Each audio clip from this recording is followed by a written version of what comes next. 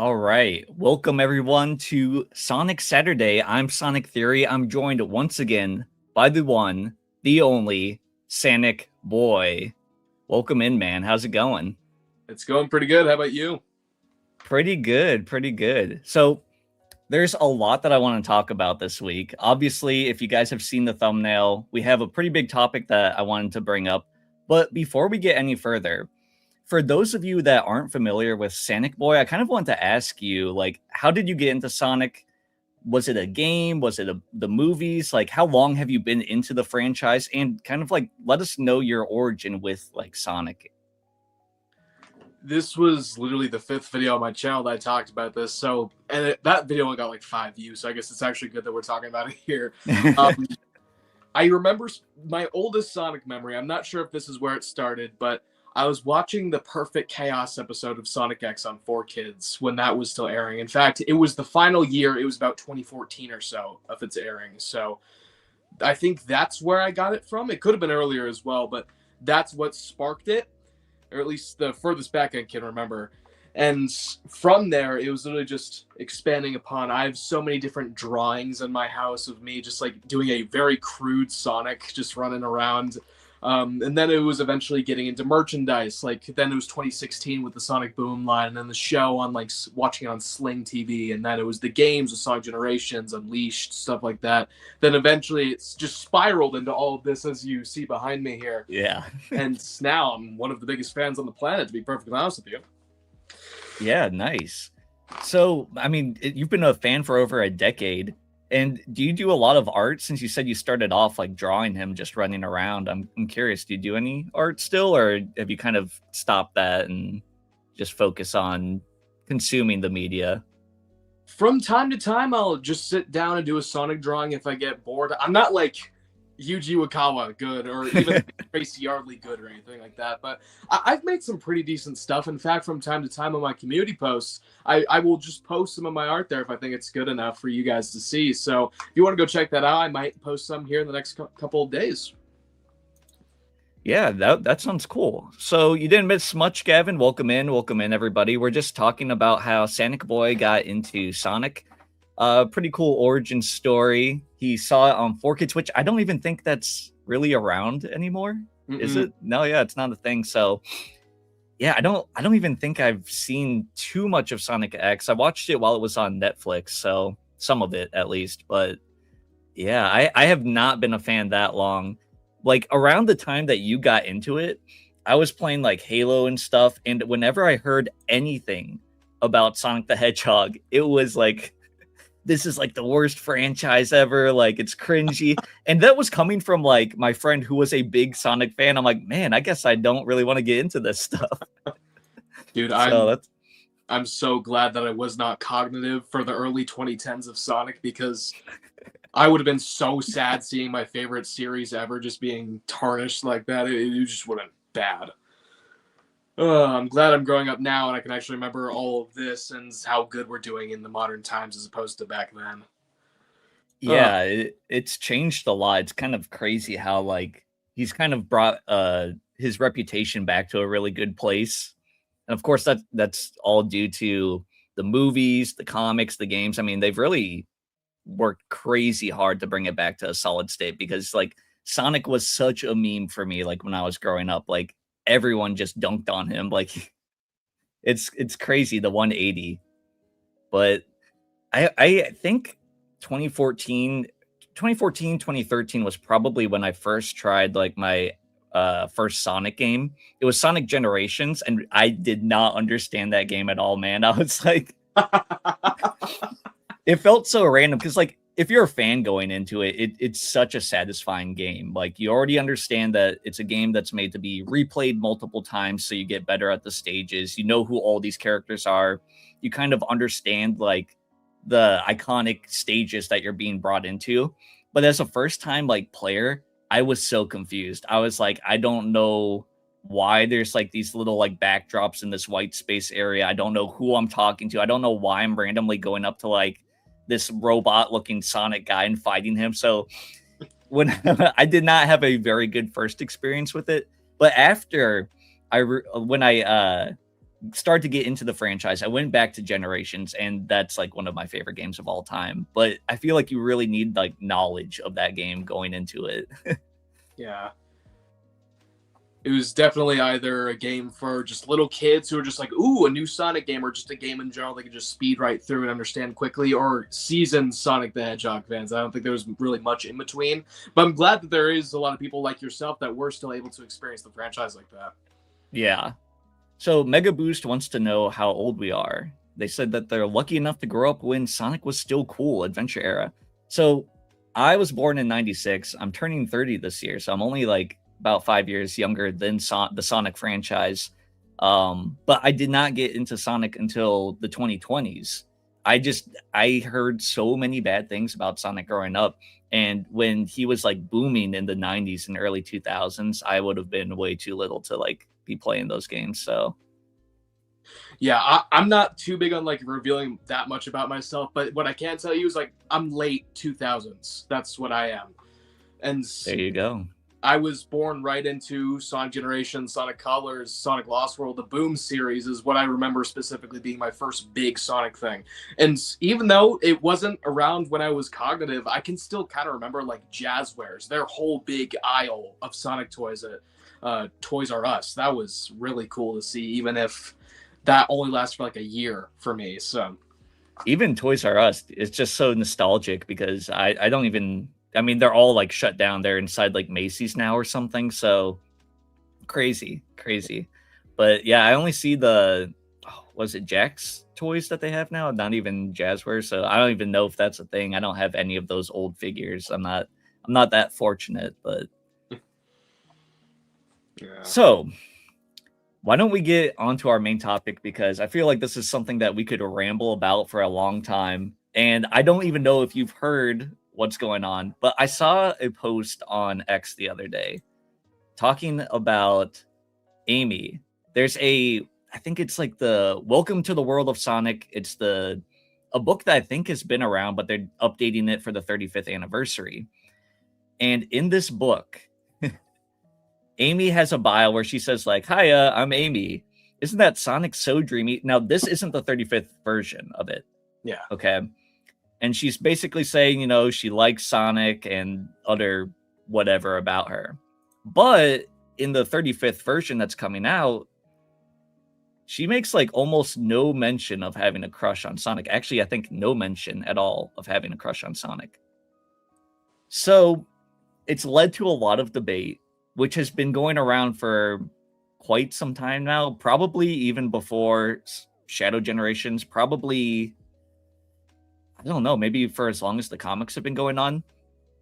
Have you heard anything about this? I have. In fact, I was surprised when I heard this too. I knew they were kind of trying to move Amy's character away from the whole liking Sonic thing. But then when I saw this, it was like, oh, yeah, this is like pretty much the final step. This is official confirmation that, yeah, she doesn't really care about Sonic anymore, at least to the extent that she did in the classic games, 2000s, and even some of the early 2010s games as well. Yeah. When I first actually heard about them kind of changing Amy's character, it was with Sonic Generations. There's a bio that you can find in the game where Amy says something about she's an energetic hedgehog who loves chasing Sonic around or something like that. And when they updated the game, they completely swapped that. And it doesn't really make mention of how she likes to follow Sonic around anymore and doesn't have a crush on him. So a lot of people got upset about this. I was kind of like, it's whatever, because personally, I think that it's pretty obvious that she still likes Sonic in the media. But I do understand that it feels almost like they are kind of rewriting her character in a way where she's not the same. Initially, I saw it as an evolution of the character, right? As time goes on, Amy and Sonic need to grow as characters. I like seeing growth in characters. I don't like when characters are stagnant and it just gets repetitive over time. But it's weird that they are going back through these older things like the books and the games and kind of rewriting that stuff. So I don't know. What do you think about that? This is an extremely, I wouldn't say I'm passionate about this, but I do have a lot of opinions about it. It just kind of feels like they're retroactively trying to change something that was already learned. Like we see in the adventure games, specifically Sonic Adventure 1, Amy learns to be less reliant on Sonic. And in the shows, too, she goes on a bunch of her own adventures. We could see more growth of her character. In Sonic Boom, I know a lot of people don't like the Sonic Boom interpretations of those characters, but they do a lot of good stuff with Amy there that I think kind of develops into her own character, if not a different one, but still good characterization that isn't just focused on exclusively liking Sonic.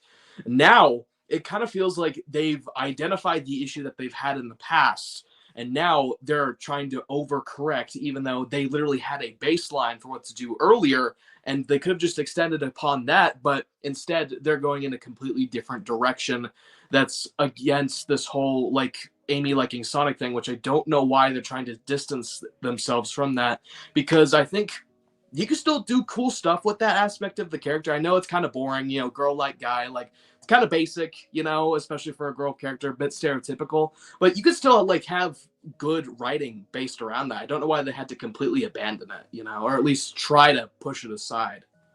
Yeah, I agree. I don't think it's boring. I think it's I don't know if this was what I heard was their idea going into creating Amy, but they kind of wanted to or maybe I heard someone else say that this is what they thought, but it was like a flip on the Mario Peach dynamic, where instead of Mario, chasing after the girl and saving her, it was like Amy chased after Sonic. And I think that's kind of like a fun reversal of things.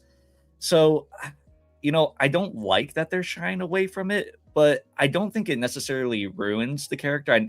People get really heated about this, and they think that she just doesn't care about him at all, which I don't think that's the case. I have some examples from the comics, like classic Amy right here. You can tell she's really shy, showing her artwork to Sonic because obviously she has a crush on him. She draws him in a heroic pose. Someone even says here that the solution is to have two Amys, a classic and modern, and have them both be their own archetypes. I don't necessarily agree with that, but I mean, that could be an idea that Sega could run with if they want. But even in just 10 issues ago, issue 75, we're on 85 right now for the IDW comics. Here's Amy reuniting with Sonic and saying how much she missed him. So, I mean, she's got hearts all around her. She's hugging him. I don't think that they're really shying too much away from the relationship, but I do think it's weird that they're rewriting these bios. But maybe they just want to show, hey, there's more to this character than just her fawning over Sonic. She's capable in other aspects, and she's not a one-dimensional character where this is her only trait. Yeah. What do you think? I totally agree, but it's again, like I was saying, they kind of already had that. And it's weird that Amy kind of fell into a little bit of a period of not having good writing whatsoever for a few years, especially in the Dark Ages with Sonic 06 versus saying if I had to choose between the world and Sonic, I would choose Sonic. I know that's a bit nitpicky, but that's still a really bad line that came out of that game. And that's something that wasn't really fixed upon with Unleashed or Color. Amy was boring in Sonic Lost World. She didn't do anything in that game. And she was just kind of toned down from there. And I think, and here too, what was I even saying? From here too, I think it's also obvious that I'm not going to name names, but Evan Stanley is writing these comics right now, and this is her interpretation of the character. Not to badmouth Ian Flynn or anything like that, but it's been very clear that he has kind of been the shift of this, even if it's not overly stated. With Sonic Frontiers, they're moving her towards wanting to help the world, be kind, stuff like that. She was the head of Restoration HQ in the IDW comics at the very beginning. She took on that role, and then from there's not too many other examples, but even with the Sonic X Shadow Generations rewrites, again, was maybe Ian Flynn. It's not exactly clear if he did that, but I think he at least kind of looked at that and said, okay, sure, right. So maybe not exactly his fault, but it's still an interesting change brought about in correlation to that you could correlate to him being a part of this new era of Sonic. I'm not sure if that's exactly the case or not. Yeah, I think you actually touched on two really interesting things that I want to bring up. With the Shadow Generations rewrites, it's really weird that only Amy's character bio was updated. Like no one else's was. Like so like why did they have a problem with that so much that they needed to go just into her bio and rewrite it? I don't know. I do find that strange looking back on it now, especially now seeing that they changed this book and made it to this. I don't know if they changed anything else. I don't own this book. I don't know if there's any other changes coming, but it's just it feels a little weird to me that they're only changing that. And you brought up Ian Flynn and how he, he's been heading a lot of the comics and kind of been the one that's like trying to separate this Sonic Amy love dynamic. I think there's a quote going around from his Bumblecast, which is a podcast that he does, where he said something like he wanted to get rid of the will they won't they dynamic of the character. And I don't know, I just feel like that's weird because it's never been like a will they won't they. It's just like Amy loves Sonic and she chases him. It's not, I don't know. I don't know what his issue with that is really. But early on in the comics too, he portrayed Amy crushing on Sonic. I think even in like the first or second issue, there's a really interesting panel where she's like really looking at him and she is like clearly flustered.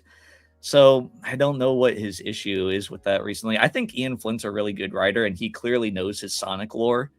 But the more that I'm seeing of this, the weirder it gets, because initially, like I said, I thought people were kind of overreacting about this whole changing the Amy's bio thing, but I don't know. It's weird now with the book too, that they're just going back and rewriting things.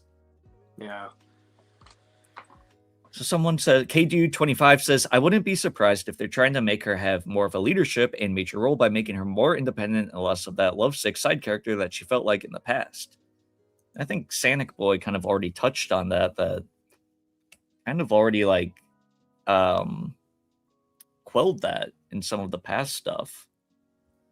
Yeah. And go ahead. Oh, sorry. you go ahead. You go ahead. I'm not going to say anything until you do your thing. So go ahead. Well, I was just going to read this comment. So whatever point you want to bring up, go ahead for it. Because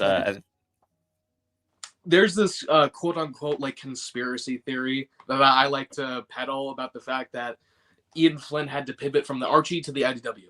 So he wanted to bring in certain aspects of characters back into like the Neo Metal, no, not Neo, I was about to say Neo Metal Virus, Neo Metal Sonic arc that they had at the very beginning of the comic.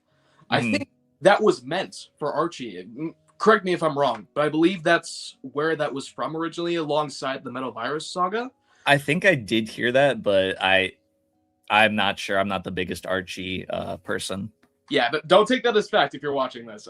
Right. But anyway, I think a lot of people also latched on to the fact that with these changes also came him wanting to bring over Sally in some capacity. And especially in issue 2, that was a big criticism, quote unquote, that everyone had with that issue, is the fact that she felt more like Sally there than she did Amy, which she was still very well written in that issue, so I'm not going to complain whatsoever.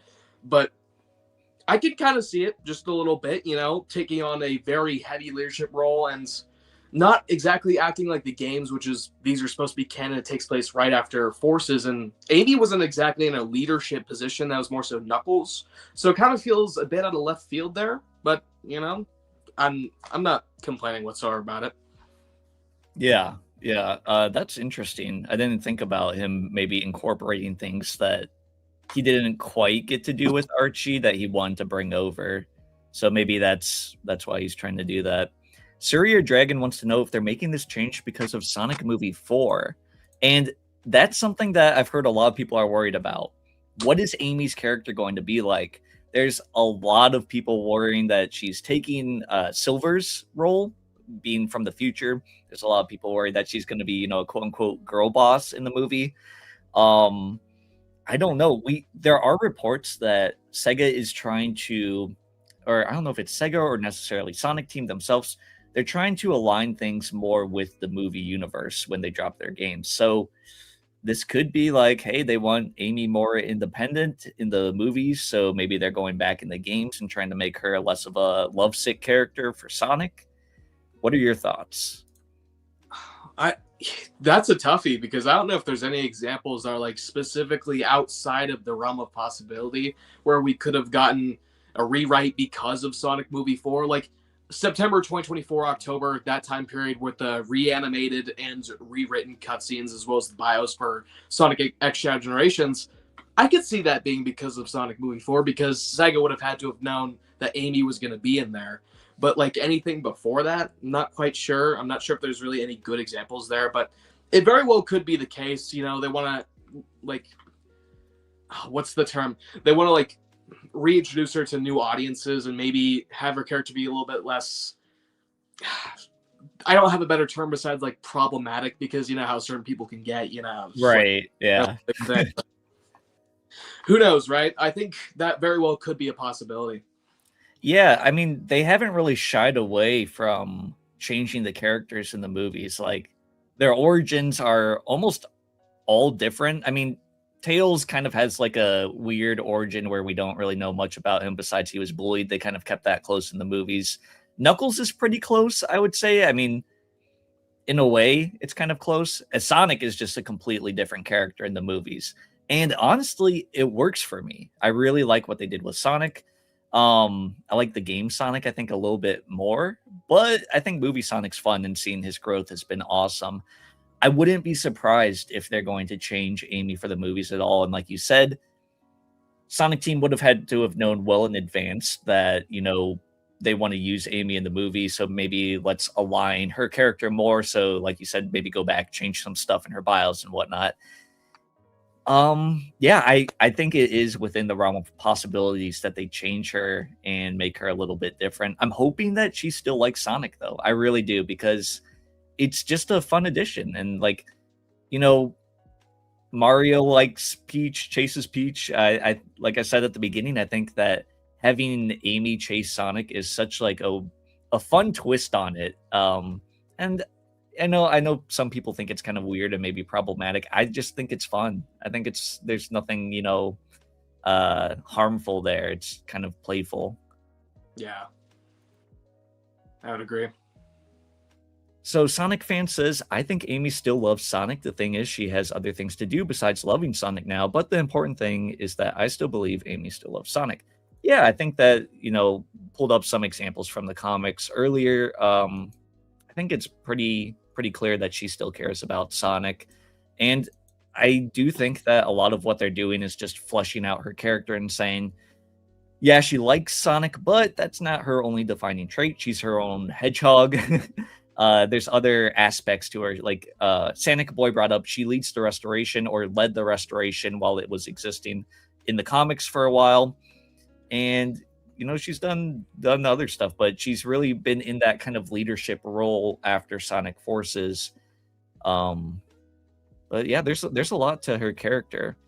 Now, I have a video. I don't know if you've seen what people were saying, even outside of the Sonic like fan base, the main fan base, people I guess who like Sonic but aren't like as invested as people like us would be. Mm-hmm. What they were saying about the generations changes, because this is where I first started to hear things like this. So I'll play this. Who has had a crush on Sonic since Amy was first introduced. This is what she looked like. This is her bio in the original game. It says, a young, cheerful girl hedgehog. Amy can be a bit obsessed about chasing Sonic. She even claims to be his girlfriend. She's an energetic go-getter who lets nothing get in her way.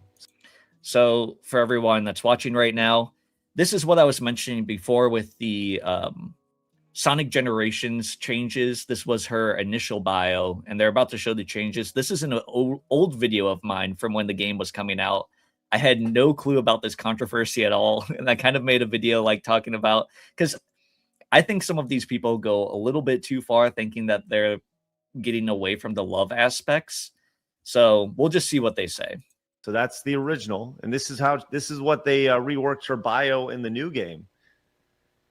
A cheerful girl who loves to help others. Sonic inspired her to be her very best. She's an energetic go-getter with help from her Pico Pico hammer and fortune cards. Nothing gets in her way. So she's not relying on Sonic anymore. She doesn't love Sonic anymore. It's all about, hey, She's a strong, independent woman. She just inspired. You don't right? need no man. It's so stupid. The idea that he went from face palming to giving her cupcakes. Somebody had to think this through. Like, what can we do? In the original Sonic Generations game, putting his hand on Amy's face, pushing her away while reaching his other hand forward. And that has now been modernized to be update with, get this, cupcakes. What? What? Like, heaven forbid we show a male animal character putting his hand on the face of a female animal character in a game that is basically, I don't know, a cartoon for all ages. So these people were pretty upset at the time, and I kind of made a video saying like, I don't think it's too big of an issue. Obviously people don't like when things are changed. We have someone here where it's like, why did they change that? And I think that's completely valid. A lot of these people were saying, though, that it was like political and whatnot. I don't necessarily agree with that. I mean, it could be. It could be. That's not what I like to talk about. That's not really up my alley. I think that, these changes, looking back on it now, are still a little weird. And if people like the original stuff and have a problem with the new stuff, I think that's completely fine. But I still think that, just in my personal opinion, Amy likes Sonic. They're toning it down a little bit, sure, but I think there's enough evidence in the recent media to support that they're not really moving away from it. They're just showing other sides of Amy. That's my stance, at least. Yeah, I think especially with those videos as well, they've identified an issue that I don't think they've correctly said why it's an issue, right? Like they could do the whole political thing, which again, not going to talk about here, but I think it's literally just they want to make the character more like this so that she can appeal to a wider audience. I think that's literally it. I don't think there's any ulterior motive or investors are saying do this, right? I think it's literally just this is how we want her to be now. Let's just do that. I think you hit the nail on the head. I think she just appeals to a wider demographic now. Yeah. Because it's fun to have Amy chase Sonic, but when that's her only shtick, it's okay, well, what else is there for me to like about this character? So it's okay, she's smart, she's funny, there's other sides to her. Sonic Boom has a lot of funny moments with her. Like you said, that was one of your earlier introductions with the character, and she's really funny in that. I mean, all the characters are, but there's different aspects that they're building upon with this. So I do like that they're showing more sides to her. I still think it's weird to rewrite stuff, though. I think that going back to it, I think this is really kind of harmless. So I don't know why they would change it. Not to get hung up on that point, but the more I'm thinking about it, that's kind of weird. I will say there's one thing that I just objectively do not like about all of this. It is Amy's new, found, I wouldn't say new because technically this is a part of the old manuals and such, but they're reintroducing the tarot cards, which is just it's so weird to me. I could deal with the rewrites, I could deal with how they animate her now, all of her abilities, what she does, the tarot cards, we need to get rid of those. I just see no reason why those are there in any capacity. And Frontiers, they just seemed kind of odd. She had an objective, she didn't really know what to do, but then her immediate next thought was to consult her tarot cards and not Sage, the all-knowing AI who would probably know more about this. I don't know. It's just weird. And although, of course, I'm a bit of a hypocrite here because I did buy that tarot card thing. I'm not sure where those are. There's probably right here or so. But those things are kind of cool, I will admit, because it's actual art done by Evan Stanley and stuff like that. It actually teaches you how to do tarot readings. So I was going to say, when you brought that up, it was it does feel like a very forced aspect that they start to bring up out of almost nowhere. I don't know when they started to bring it back really strong, but it was like you said, Sonic Frontiers had it. Sonic Origins really put an emphasis on it at the beginning cutscenes. It's been in the IDW comics a lot, and like you said, they even have the tarot card merch that you bought. So it's really weird that they're cramming all of this in out of nowhere, and they haven't really like touched upon it in a lore wise. Like at one point, I think in the comics, Amy was like reading fortunes to see who she was going to come across on her journey, but they didn't really explain like why Amy just does this and like why she's interested in tarot cards. It's just kind of like, oh, that's my quirk, and it doesn't come across naturally, I think, is the problem. If they found a way to incorporate it where it's like, hey, like this is, I don't know, because like she's such a loving personality, and love is like her key trait, right? She loves her friends, she loves Sonic, she cares about people to a point where it's like overbearing, and Sonic wants to run away from her. But why the cards? It doesn't really correlate to me, I guess. Yeah, I don't know. Well, to be perfectly fair, I know a lot of people in real life who just kind of attach themselves to these things for no reason. So I guess it could be realistic, but there you go. I do think that, I guess, to be honest, do they really have much else? Like, the tarot cards were in the manuals of Sonic CD, I believe.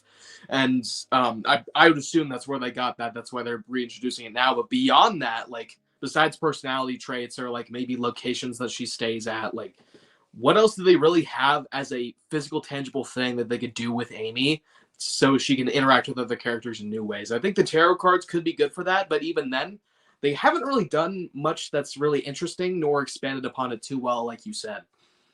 Yeah, I think, just give us something to expand upon it. Give us maybe in the, I've seen people say that possibly in Sonic Movie 4, Amy's whole thing, like why she knows that Sonic was in trouble was because she was reading the future.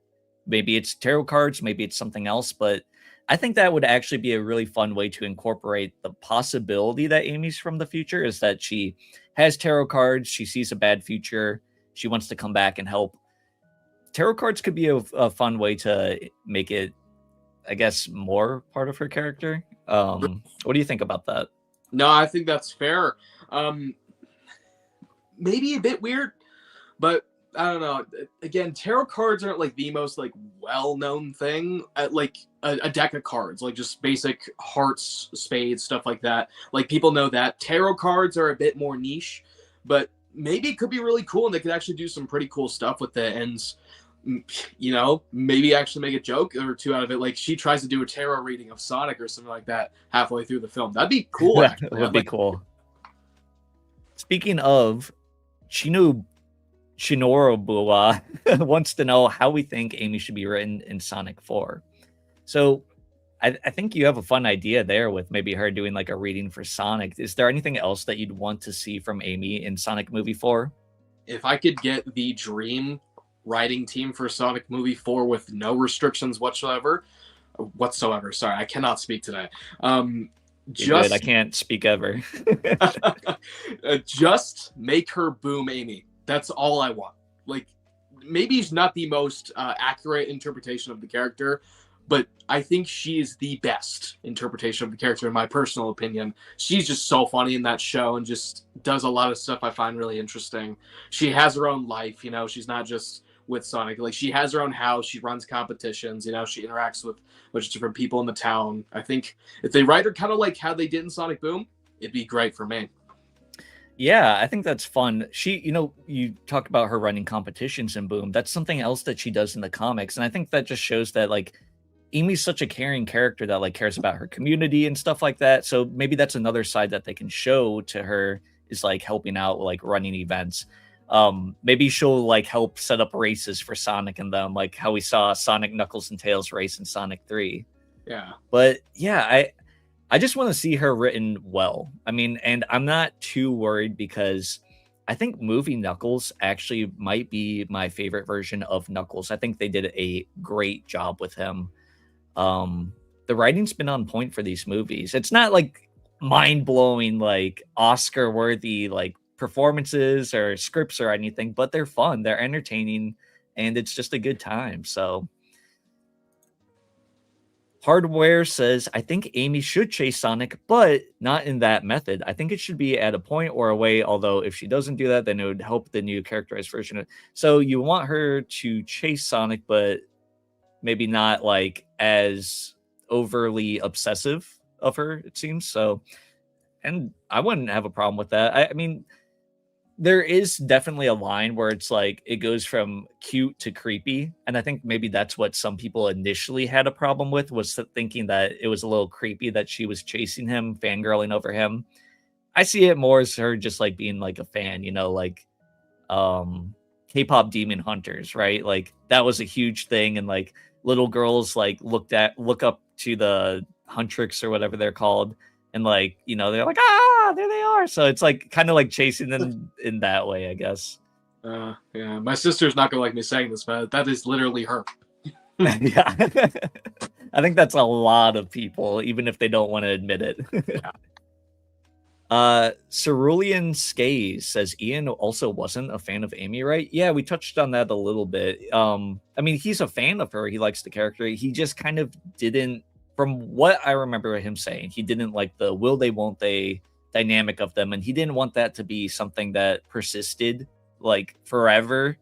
And that's just his take on it. And he's writing stuff right now. So in some ways they've shied away from things. In some ways they haven't. Yeah, and I think the whole will they, won't they thing is also heavily influenced by Sega. And if I've been writing Sonic the Hedgehog for the past 20 years and I can't explore that barely at all, I think I would kind of want to change that too in either direction, whatever he wants to do. Yeah, it does. It probably gets really tiring from a writing end, There's only so much you can do with it. And as a writer, I think you probably want to expand more upon characters and their dynamics. So if you just have one character chasing after a character and the other character like running away from her constantly, probably gets pretty boring for the writer and for some of the fans, like I said earlier, I don't really like when things are just never ending, I guess, in a way. We like having an ending or something to really satisfy us. And maybe he was feeling that this will they, won't they wasn't satisfying and it needed to evolve in some way where there's still like love and connection there, but let's tone it down a bit so it doesn't feel like it's this constant rejection or something. I don't know exactly what his thoughts are, but I can try to put myself in his shoes and kind of see it from that angle. Yeah. Family says Boom Amy was cool. From what I remember of her too, she was like kind of like sassy in a way. If I'm remembering right, she had like a little bit of an attitude, which was kind of funny at times. Yeah, they would play on that fact a lot.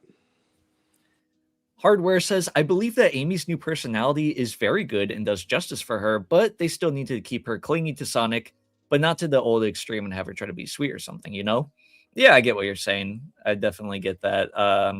Overly clingy, maybe not, but I like her being a little bit obsessive about Sonic. It's fun, and none of it's real. That's the thing. I think some people can't really separate that this is all just a cartoon world and none of it's real. It's just a goofy thing with hedgehogs. Yeah. So at the beginning, we kind of read this one a little bit, but this guy says the solution is to have two Amy's, one classic, one modern, and both be their own archetypes. Did we discuss this too much? We kind of glossed over just, but we can talk about it now though. Yeah, what do you think about that idea? Because it's not necessarily a bad idea. I don't know if it's one that I would run with, but I can see them being like, all right, here's classic Amy, and we're going to keep her the same. We're not going to change any of her bios or anything. This is classic, like, love obsessed, kind of to a point where it's crazy. She's constantly chasing over Sonic. And then have modern Amy like, okay, it's still the same Amy, but she's grown up more. She still loves Sonic, but that's not her main priority or focus anymore in life. She's found who she is. She likes being the leader. She likes contributing to her community. What do you think about that? I think that is exactly what they should do. And I think they have had the perfect opportunity to do so, but Sega is way too afraid to let any of the classic characters do their own thing in regards to speaking and actually having compelling narratives outside of the comics. I think, especially this can be seen with Sonic Superstars, one of that game's biggest issues is the fact that is really like a nothing burger story. Like, they don't speak. There's like Trip's thing is kind of cool, I suppose. Like villain. I know. But like, even people who love Superstars gotta admit that game does not have the best story. They don't do the most interesting stuff with it. In fact, the ending it's a bit weird. I don't know how to explain the big purple dragon coming out of nowhere or almost nowhere. I know there's a few explanations, but I think if they could do that, would be a great thing to do, and it definitely like kind of establish the whole timeline of this is how she started and this is where she's at now. Yeah, I think that's great. Man, you got me all excited. I'm like, yes, I can't stand how little information there is about the story with Superstars. Especially with like the animations around that game were so good, and it set up so much lore. I did a full like video like breaking down the fact that like I thought Trip was going to be the black dragon that we see at the end before the game even came out, and she was a dragon, just not the bad one. But man, I really do think that they aren't doing enough with the classic characters, like you said. It makes me upset at times. But yeah, the more that I was saying it and then hearing you say it, it's like I think that's a perfect thing if they do want to change Amy's character a bit. Keep classic the same. Keep her completely like lovesick with Sonic, and just make her like a little bit more mature in the newer versions. And then I don't really have an issue with that, as long as she still loves Sonic in the newer ones, it doesn't need to be as extreme as her like fangirling over things, because I think that is also just reflective of life, right? You like adore things so much when you're younger. You love things to a point where you're crazy about it. And as you mature, I know, ignore all of our merch in the background, like ignore my hat. But you do tone things down as you get older over time. Like, I used to be obsessive over like Star Wars and stuff, like crazy. Like I would go out, play with my lightsabers and stuff like that. And it's toned down over the years. Like I still like the franchise, but there's other things introduced into your life as time goes on, and you prioritize things differently. So yeah, maybe that is the perfect solution. Actually, the first comment that came in might have solved everything. Yes, thank you. That was actually a great discussion point. Yeah, definitely. So we got a few more comments in here. Surya Dragon says, do you think they will do a reversal of Sonic and Amy for the movies? That has been a huge talking point. I'm not sure, SanicBoi, if you've seen anything about this, but I have actually seen quite a few people bring this up where they think that either this will happen or they want it to happen, where Sonic is the one that's chasing after Amy. Personally, I will start off by saying I really hope this does not happen. I don't like that at all. If people do, that's great. I don't know. I just don't like the idea of it. I think it kind of falls into that old trope, like kind of like Mario fawning over Peach. It's not. I don't know. It's just too tropey. I like the reversal of the trope with Amy being the one, but that's just my opinion. Yeah. I wouldn't care either way. I think it would be a bit better, actually a lot better, for Sonic to not be the one to chase Amy. But if they want to do that, I have complete faith in these writers to subvert that and make it actually good. Make it even different from Mario and Peach, like you were saying.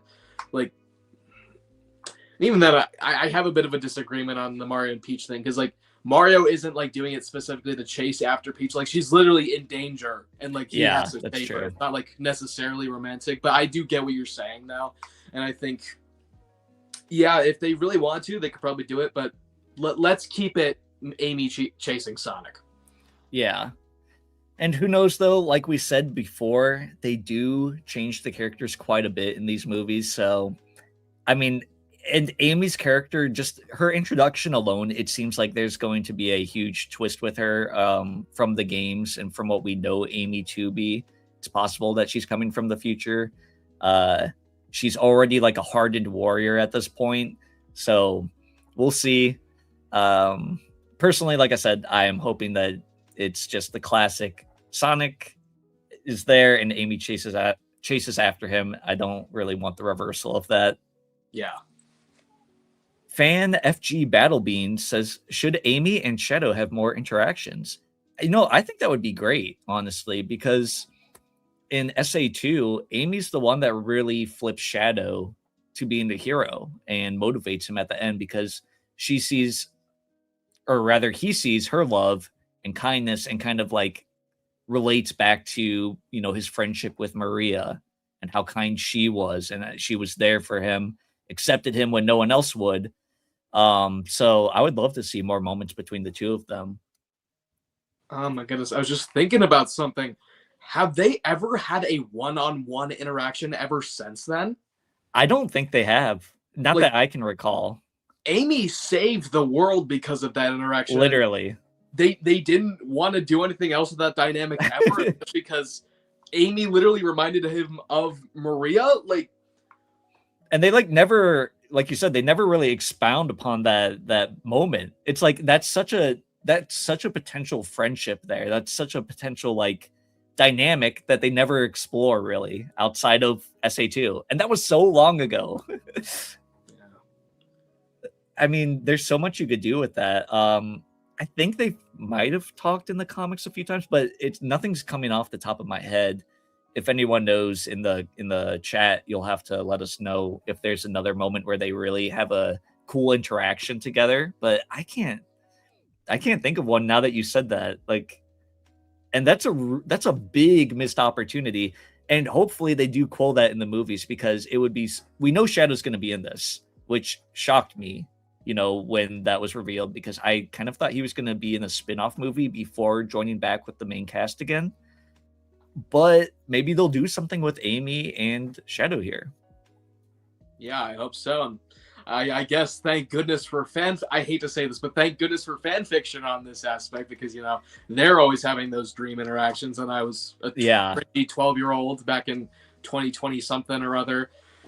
I got to have those interactions, but fans keep they keep the fire alive when Sega doesn't. Yep. All right, I'm going to use the restroom really quick, guys. I will be very brief.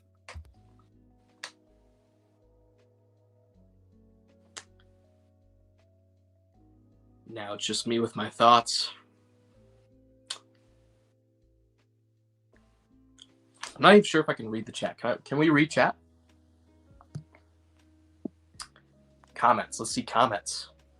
The closest we got was probably their fight in season 1 of Sonic Boom or Team. Okay, we're talking about like main series stuff. That's essentially what we're talking about. Hi, what is good, Sonic Law 247? How you doing, man? This is my first time actually seeing the chat. This is actually kind of cool. What's good, guys? How you doing? Oh man, I can't believe I haven't done this before. This is great. And he'll never know about this until the VOD is uploaded. That's all right though. I wonder if Shadow ever overcomes his trauma. I think that's what Shadow Generations was about, though, right? Like, he kind of had to learn how to get over it for, like, the, third time at this point in the series?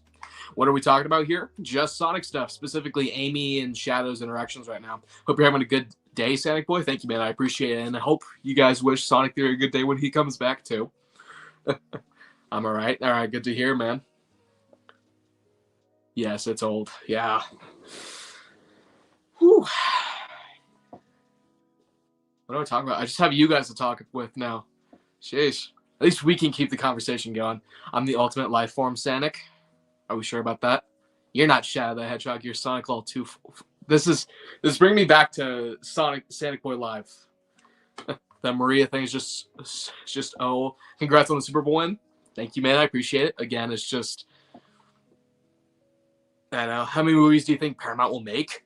Easily like 10 projects, maybe 9 movies or so, maybe a show here or there. Who knows, right? I think 10 projects, so up to like 2035 or so. I think that's when we can see an end to this series.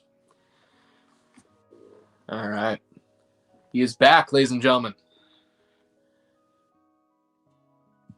I can't hear you, by the way. All right, can you guys hear me? Yep. Dude, I pulled the classic. I'm glad you called me out on it right away. I've been drinking water because it's hot around here, so my apologies. I had to pee so bad. But SanicBoi is the pro of live streaming, so I knew he would be, you know, fine on his own. We could probably keep on going for a long time. But quickly, I wanted to shout out SanicBoi's channel, guys. If you're not subscribed, please go over there. His content is so good. He uploads really frequently. He's at 4,000 subscribers. Let's try to push him to like 5K by this summer, guys. But let's get him there. So head on over, subscribe to SanicBoi, and let's keep the conversation going. I don't know what you guys were talking about. Oh, don't worry about it. Don't worry. Okay. But I see we have someone from Twitch in here. Welcome.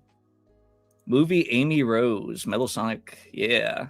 Oh yeah, this comment. Even in Heroes, when she was the leader of a team, her whole goal was finding Sonic. I definitely would like to see her now being a team lead like Sonic is with Tails and Knuckles. Yeah, I definitely would like to see that. You know, that also brings up the point, like, who would be a good team for Amy at this point? Because Team Rose was what, comprised of Big and Cream. Was it Cream? Yeah. So she doesn't really have many interactions with those characters anymore. Like, she interacted with Cream during the Metal Virus, and that was about the extent of it.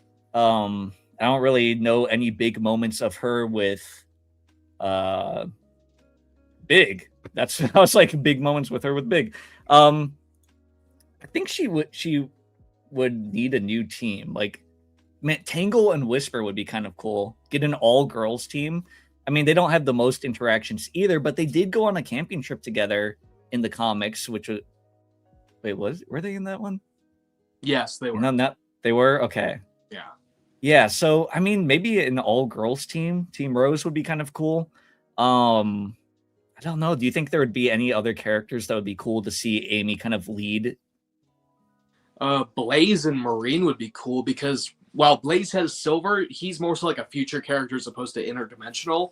And Amy's just kind of by her lonesome too. So if they could mesh those two together, that'd be pretty cool. Because we, first of all, never seen Marine ever. And two, I think that dynamic between all three of them will be really funny, especially because Amy wasn't in Sonic, what was it called? Sonic Rush Adventure. So we didn't see how she interacts with Marine at all. So that could be a new dynamic to introduce there. That would be kind of cool. I kind of see Blaze as like a leader on her own, though, since she's a princess. But I wouldn't mind seeing a team up or something like that with them. That would be kind of fun. Yeah. But yeah, I mean, I guess, you know, Big and Cream are fine too. But yeah, I mean, we do need to get Marine into a game. Like, people do not know who that character is. And now I feel like a lot of people see Trip and think that's Marine. I've seen like comments like that before, and I'm like, that's not Marine. So, him Nameless says the tarot cards are in an odd position because I think in Japan it's seen more casually as a hobby than it is in America. They're only called fortune cards, so they won't get angry letters from parents. Yeah, I mean, it's definitely some people have weird feelings about them. So yeah, I gotta love those people who think it's all voodoo, even though really it's like intuition. That's pretty much all it is in reality, or at least for the basic stuff. I'm not sure about those freaks up in the woods who do whatever they do. But no, I think I didn't even consider that before. I know that it's way bigger in Japan than it is in America. Maybe that is what it is. They're trying to introduce her to a more Japanese audience because I know Sonic isn't the most successful over there in comparison to like America or even like Brazil or something like that. I think that is actually a very good point that no one ever discusses. Yeah, I didn't even think about that. And I think that people are always just going to have a problem with stuff like that. Like, I remember being really little and going to like midnight releases for the Harry Potter books. And then like the next day talking to people, and people are like, oh yeah, my parents don't let me read those because of like witchcraft. People are always going to have different opinions on those things, and it's fine. You know, that's just part of life. But I like we were kind of saying earlier, I think give us a solid reason to have the cards be part of her character more than just like, hey, this is part of her character. Like, give us like a little bit of a backstory or something. And I would like that a little bit more. Yeah.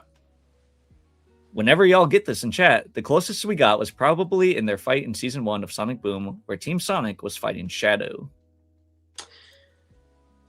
Yeah, and I think that's something I said while you were using the bathroom. That was one of the comments, was that I think we were mainly talking about more so main series stuff. But yeah, that is a good instance of them actually interacting in that specific context.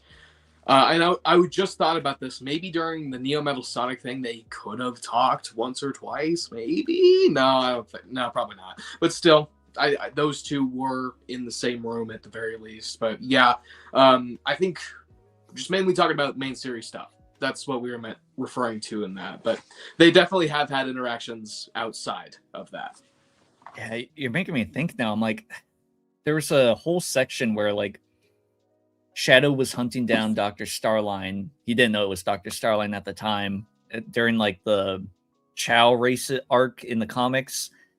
And I feel like Amy and Shadow might have interacted at some point during that, because I think Shadow like revealed the trafficked Chow that like Clutch had locked up during that arc, but I'm not like 100% sure. And I don't think anything, like, even if they did interact, it was probably like a nothing burger, you know? It was probably like, oh, hey, Amy, come look at this terrible thing. And then like nothing really to expound upon the fact that, you know, like you said earlier, Amy literally saved the world by getting through to Shadow, who was closed off to everyone. Like, he did not care about anyone. So it's crazy that they have such amazing characterization and writing in that moment, and they're like, yeah, we're not really going to do anything with that. I mean, that should be such a bigger friendship to Shadow, now that I'm thinking about it. Yeah. So Battle Bean says, I wonder if Shadow ever overcomes his trauma. I mean, I think he has, but it's still like, even if you get rid of trauma or pain in your life, it still lingers, you know? It's something that, like, you know, there's always going to be that feeling in the back of your head. And Shadow, I think he just likes to be closed off and kind of deal with his pain on his own. But I think he has kind of dealt with it and come to terms with the turmoil that, you know, the loss of Maria caused him. What do you think? Yes, he's done so 3 times, in fact, at this point already. Was it SA2, Shadow the Hedgehog, and now Shadow Generations? And if you want to count outside of that, you could technically count the Archie comics. I'm not sure if they talk about it there, but I know the events of SA2 happened there. And Sonic Movie 3 now. So it's just a very explored topic that we've done over and over. But yes, I do think at this point he has finally accepted it after Shadow Generations. So Tora NG wants to know what we're talking about here. We're kind of just discussing a lot about Amy, her character as a whole, what they're doing with her going forward into the future, and just whatever else comes up, really. We're having a good time chilling. But yeah, there's a lot of weird things. We kind of I'll give you a brief recap. Amy's character has been getting some interesting like rewrites recently, where they're kind of moving away from her being super obsessive over Sonic. Some people are really mad about this, but it's not like they're totally erasing it, as we've kind of seen here. Comics, movies, game shows, that element's still there. It's just not as prevalent maybe as it once was. And SanicBoi and I kind of discussed that this is kind of just like an evolution of her character, where she's becoming maybe a bit more mature and a less just single-mindedly focused on Sonic. All right.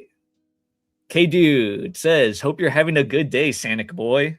Let's go. I hope you're having a better day, K-Dude 25. Oh, there you go. Another Twitch chat. I don't know. All right, what is that? Yeah, that was one of the ones that happened while you were in the bathroom.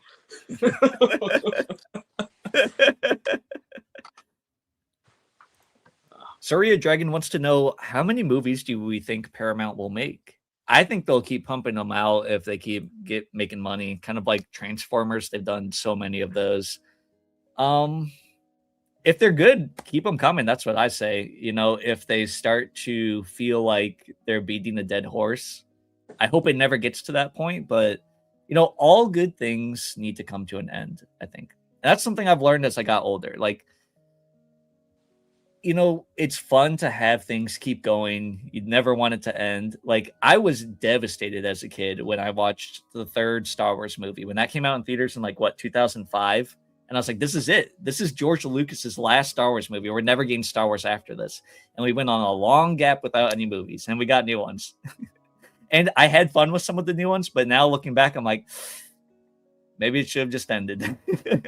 That's just my. I know people like those new ones too, but I think there is a good time to just like let things end. So if they can do like some epic like end game level conclusion to the Sonic movies that really ties everything together and makes the fans feel satisfied, call it quits then. That's what I think. So I don't know. I hope we do get a bit more though. I'm really enjoying this universe. It's literally what got me into Sonic. Without the movies, I would not be a Sonic fan. And now I have more Sonic merch than I have for anything. I love this franchise so much. So I really want it to keep going.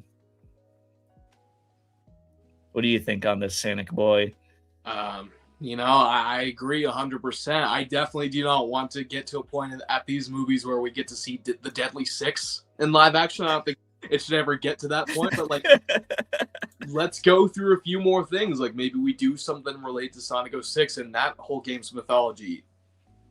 Go as far as Sonic Unleashed. That I think that's all we should do. But like Heroes, maybe even Shadow the Hedgehog, a couple things from that game. If you really wanted to, I guess you could do something like Sonic Frontiers or like anything else between Unleashed and Frontiers. Do not do like at all. It wouldn't make sense. But they could keep going for a few more years. Yeah. Okay.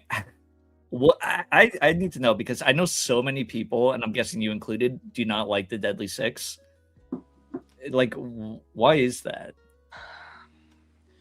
Are they just too goofy, or? I mean, Sonic Lost World. Meh?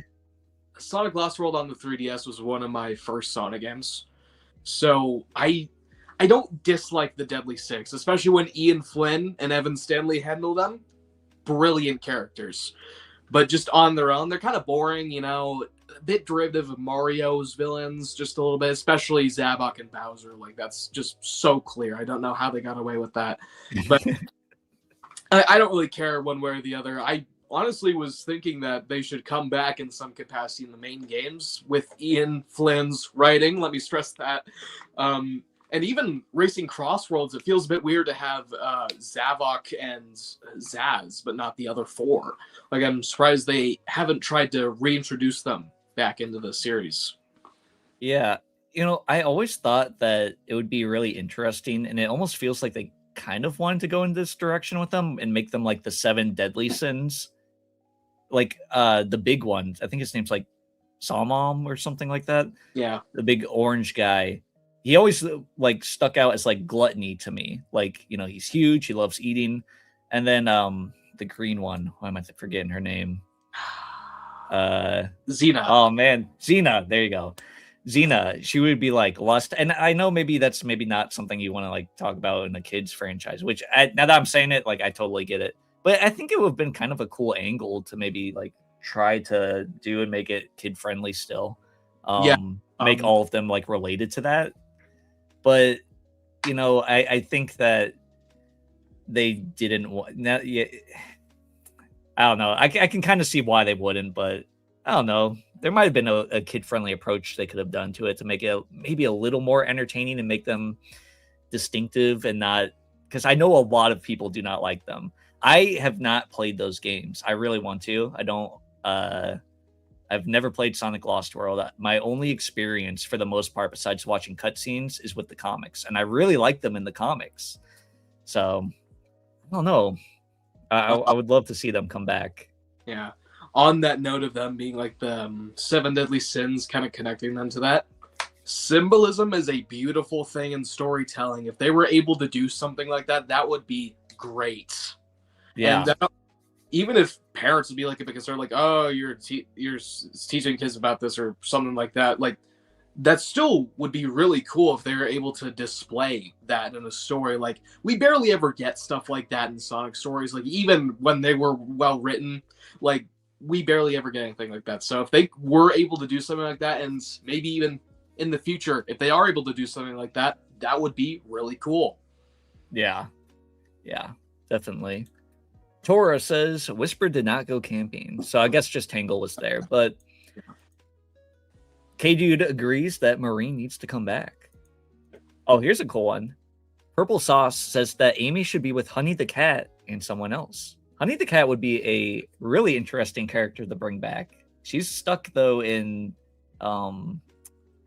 classic purgatory right now with like everyone else. Yep. On Twitch. Oh, you go ahead. Go ahead. That just sent back like a few years worth, because my only experience with Honey the Cat was Archie. And my first instance of that would have been like the Supersonic digests that they put out on like magazine shelves and stuff like that. And like that just was like a wave of nostalgia that just came over me. That was so great. Thank you for that. Did you ever play Sonic the Fighters? I have not, and I had the chance to. I just never took it. It's probably on PlayStation. I know it's on Xbox because that's how I played it. If you ever get the chance, Honey the Cat's actually in that game. It's the first time I saw her, and I was like, is this like a fan creation or something? I was really weirded out. I have no clue who this character is. And she's only been in like one IDW issue, like briefly. They don't even like really. Did you not know this? She's in IDW. Yeah. It's literally from the Amy one. I mean, perfect topic since we're talking about Amy. This one where she's showing off her art. I think it's like Ray and Mighty and Tails are like showing Amy's art book to everyone around town. And so like people start lining up to see her art. Like Bark's there and Bean and I think some other people. In the foreground, Honey the Cat is like large and displayed right there reading like one of Amy's panels. It's crazy. Let's take a look at this real quick because I have to see this for myself. Hold on. Here we go. Oh my Seeing goodness! it live. Yeah, she is right there. Do you folks see her? She's right there. There she is. Yeah. Wow. Shows how much I pay attention. Sheesh. I mean, it's just kind of like a throwaway moment. It's fun, but you know, it's not one that I think would stick around in most people's memory because it's a nothing burger. But it's cool to have her at least be in like IDW canon. Yeah. Surya Dragon says, I want Blaze in the movies badly. I do too. I think that would be a really fun. They don't explore Blaze enough in anything, honestly. I want her more in the comics. I want her more in the games. Like a Blaze spin-off game, please. That would be amazing. We don't know too much about the Soul dimension in general. I didn't get to play her. Were they also Sonic Rush or Sonic Advanced or something? Her DS games. Games. Yeah, so I didn't really get to play those. Maybe they touch more upon the lore there, but it would be cool to actually get some more fresh stuff so I could actually dig into it. Yeah, and they wouldn't even have to do like that much stuff to change up her gameplay, considering that in Sonic Rush and the Rush Adventure games, she literally plays the exact same to Sonic, just with a difference here or there. It'd be exactly like Shadow Generations, just change up like one button that does a new ability, then boom, you're set. Yeah, and she plays almost exactly the same as well in Sonic 06. Like, she moves a little bit differently in the air, but she has a homing attack like Sonic, and yeah, I mean, it would be so fun to actually like play as her more. K-Dude says Marine needs to be in Crossworlds. That would be a fun addition. They're adding a bunch of characters, so yeah. You know, I think adding the lesser-known characters is fun because it gets people curious about them, and maybe they like see a character that they could enjoy more that they maybe necessarily wouldn't otherwise. So yeah. Purple Sauce says Team Rose could be Amy, Styx, and Honey the Cat. That'd be a really chaotic but fun team. That's another thing that just washed over my brain. I completely forgot that Styx is canon now. Yeah. The Sonic Frontiers. That's another possibility they could do. Yeah. It would be interesting to see what if anything they do with Styx. Like, I love that they mentioned her, but we still haven't seen anything since. But she was such a fun part of Sonic Boom, so hopefully they add her back. Yeah, I think they should do like a Tangle and Whisper sort of thing where they like soft launch her in a little thing off to the side, and then maybe she can come back in a mainline game or a spin-off game and then be fully mainline. That'd be really cool to see. Yeah, I don't think too many people would be opposed to her either. And I think, like you said, having like a little, maybe like a side comic or something to soft launch her into the universe would be a good idea. But I mean, obviously some people don't like Boom at all, like anything to do with it. They're like, oh, I'm anti-Boom. But I don't know. I think it would be fun. Like, why not? Just you have that character there waiting. Don't let these characters die. You did the same thing with Archie, and people are still bitter about it to this day. So, Dan Iyer says Shadow had amnesia in Heroes, so there wouldn't be much of a dynamic. Are we still doing this whole Shadow had amnesia thing? Like, I feel like he kind of remembers everything at this point. Like, that was only for Shadow the Hedgehog and Sonic Heroes. I think from that point on, they could have done anything else. That would even if that's the case, it's not like Amy has amnesia. She still would remember that she had a really touching moment with Shadow. So I kind of disagree with that, but who knows? I mean, they still haven't done anything with that. So yeah. Fatal Waffle says hi. Welcome in, dude. What's good, man? Maria, I will avenge you. R.I.P. Maria. It was really cool seeing her in Shadow Generations and like getting an updated model for her. I think we don't really talk about that too much. And Gerald, like that, the humans were actually like one of my favorite parts of that game. Like I love digging into the lore and like reading Gerald's journal, even with how disappointed I was with the fact that it wasn't like a leather-bound journal. It was like a little game manual. Did you get that, Sanic? I have it right here. That was so disappointing in my opinion.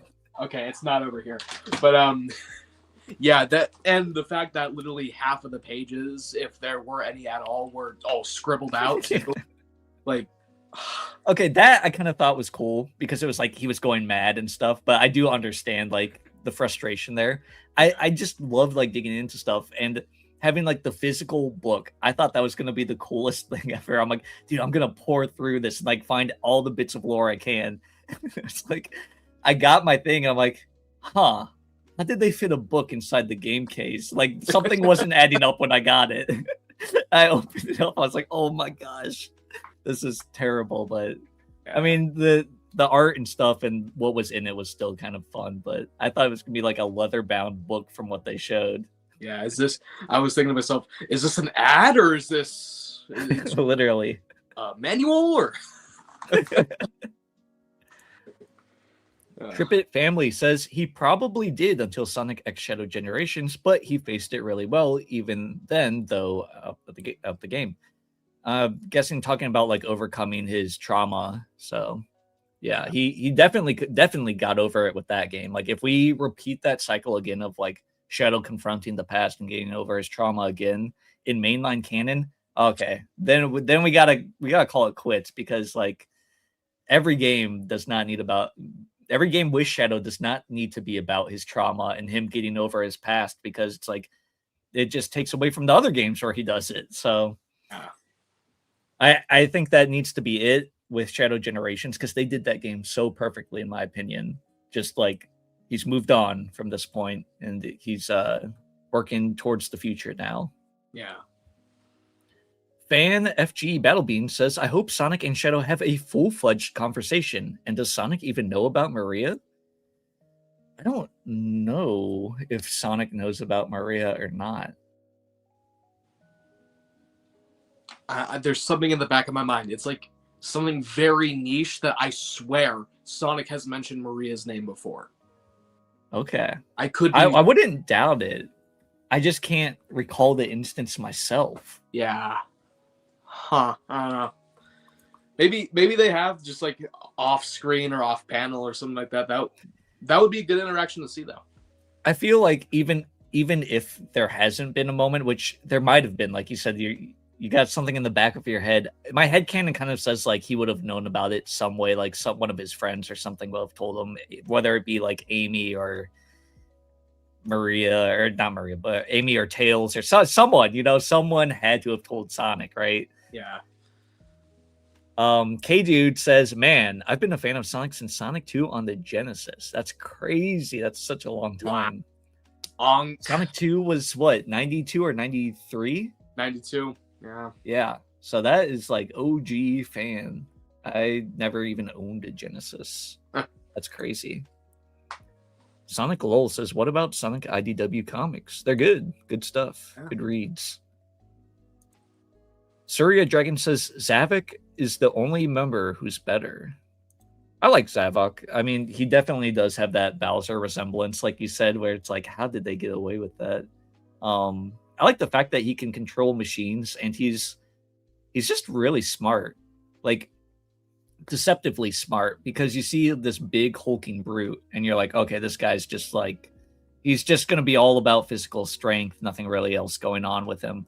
But the fact that he was able to outsmart Starline and Eggman on a few occasions really impressed me. Yeah. At least coming from someone who hasn't really played the games, I thought he was cool. The only one he was in that I played was Forces, and that's not even like really him, right? It was that was a infinite copy. hologram. Yeah. So stupid.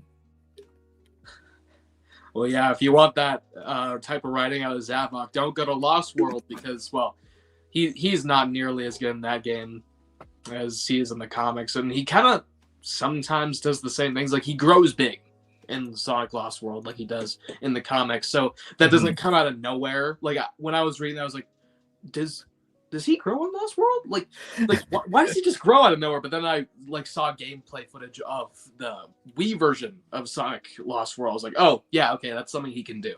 So like, yeah. Let me try something really quick. See if this works on everyone's end.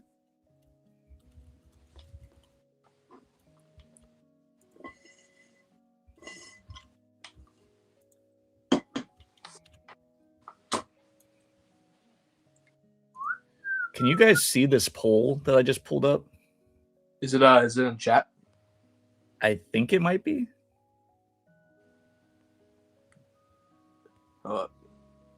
Yeah, it doesn't look like anything's Doesn't changed. look like it. Yeah. Okay. Still got stuff I need to figure out with oh, wait, here we go. Oh, yeah, Type 1 or 2 in chat. All right, guys, get the 1s and 2s going. Let's see what you guys think. Let's see. Did they So,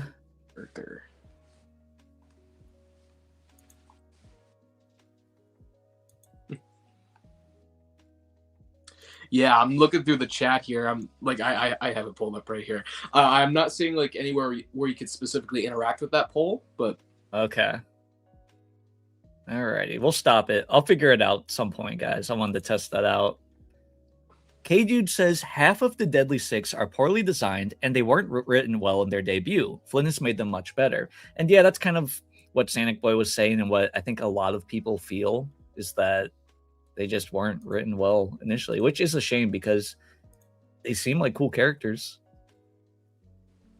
Yeah, that's very true. Is the fact that they were not written well in Lost. I don't know what was going through their heads with Lost World. Like, I know they wanted to make it more of like a Sonic game, Mario game, but like they could have made it good at the very least, right? Like, Nameless says the Deadly Six were meant to be Oni. Early Japanese promotional art said as much, but it was changed to be Zeddy, not to upset parents once more. Okay. Yeah, so that ties back to what you were saying with like the Deadly Sins thing. Like, people might be upset, you know. Yeah. So that actually makes sense that could have been the original plan, or at least some form of that. Right. K-Dude says he's got to go head out, so you guys have a great rest of the day. Hope you have a great day, K-Dude. Thanks for joining us. Make sure to come back next Saturday. We're gonna have another fun show planned for you. Could change Xena to be an Envy. Then have Salmom's mother could be lost but kept off screen. Okay. Yeah, I think that's also a missed opportunity. They always talk about like the Zeddy lineage, and like they never explore that. They always say that there's been more, like they lived for hundreds of years, but like we never get to see like the effects of that at all. So that'd be cool to see. Yeah, I would love to see more about those characters and lore about them. I mean, the fact that they just like live in the atmosphere above Sonic's world is kind of crazy. Not really like mentioned like too much. But yeah. I remember Ian mentioned that Honey can't be used as a proper character in IDW due to internally Sega considers her to be a fighting Viper's character. which is technically her first appearance. That's true. Actually, she is not technically a Sonic character. She's just a Sonic OC.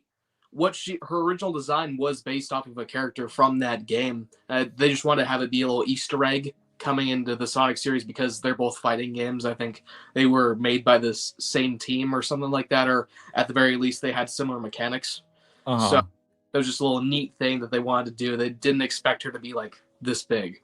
Yeah, that makes sense though, because like I said, when I saw her, I was like, is this just some like fan created character? Like her appearance doesn't really mesh too well, I don't think, with the other Sonic designs. Like it works, but there's something a little like, you see her and you're like, okay, that's like someone's OC or something. I don't know. That's how my head clocked it, at least. Dan says, I meant if they hypothetically interacted in Heroes when you brought it up. Okay, yeah, that makes sense then. I guess Shadow wouldn't know what Amy's talking about, but even then, that could still maybe lead to better interactions. Like, I mean, not better, but like more interesting interactions. Like, she has to make Shadow remember all of this stuff again. That'd still be pretty cool. Yeah. Yeah, there's a lot on the table that they could still do with that. Oh, here you go. Rachitaha. That's right, baby. Let's go. All right, Eric Brown says, I kind of think Sega doing Frontiers Definitive Edition might have something to do with the next Sonic game releasing. Sega seems to care more about how their products fit together seamlessly. Yeah, we touched upon this a little bit, actually, in our first Sonic Saturday last week, where we think that they're doing well, I at least kind of think that they're doing something that might tie into the next game, but who knows? We're probably getting a Sonic Central soon, I would assume. What do you think? I would hope so. Sega, they have until like Summer Games Fest to like really do something, but I do think in between that they should at least do a Sonic Central in order to just like generate hype. Was it last year that they just didn't do one, or was it the year before that? It was 2025, yeah. Yeah, that was kind of lame. But I mean, they clearly didn't have anything to show. I don't ever want them to show stuff when it's like not ready to go, or they don't have anything exciting, because it just leads to disappointment. So probably a good thing that they did skip out.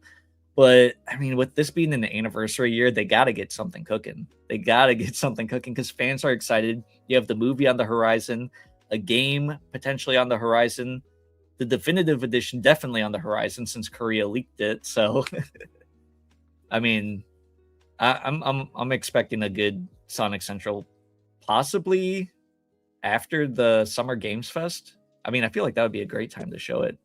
Yeah. Dan Iyer says, depends if hearing Maria's name from Gerald's execution video counts. Otherwise, I think only Archie Sonic knows about what happened to Maria and her relationship with Shadow. Rouge has to know, right? Especially at the end of like Shadow Generations. And I don't know, I feel like maybe she would tell someone, but who knows? That's just like headcanon stuff right there. Yeah. But I'm trying to think. I guess in SA2, they didn't really have any context for what the name Maria meant to Gerald or Shadow. Like, it was just a passcode, and it's just some random girl's name that they don't really know. Or I think Gerald said that Maria was his granddaughter in that speech. I'm not quite sure, but like that doesn't really give him context for like what does that mean to Shadow or Eggman or anyone else there. Yeah. All right, what else did I miss? Anything?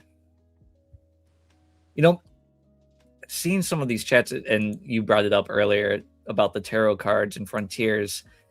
Did you think it was weird that Amy kind of like, she had like a floating ability, I think, with them? Like she could kind of like slow her glide, and it was just randomly like tarot cards around her.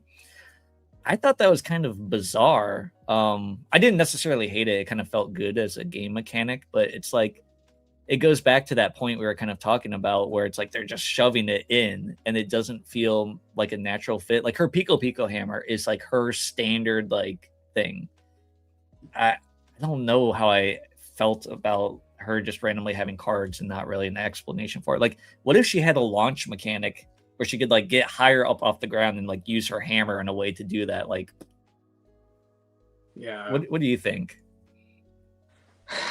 Because with the definitive edition, we're probably going to be getting, I think I heard rumors, and these are just rumors, obviously, that they're going to flesh out like the other playable characters a bit more, maybe tweak and refine their movements.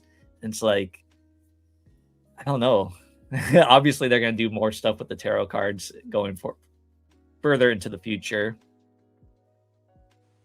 Yeah, and I think it's kind of like what you were saying. I don't really care gameplay wise, right? Like, I don't really care beyond that because it's like you said, it felt good.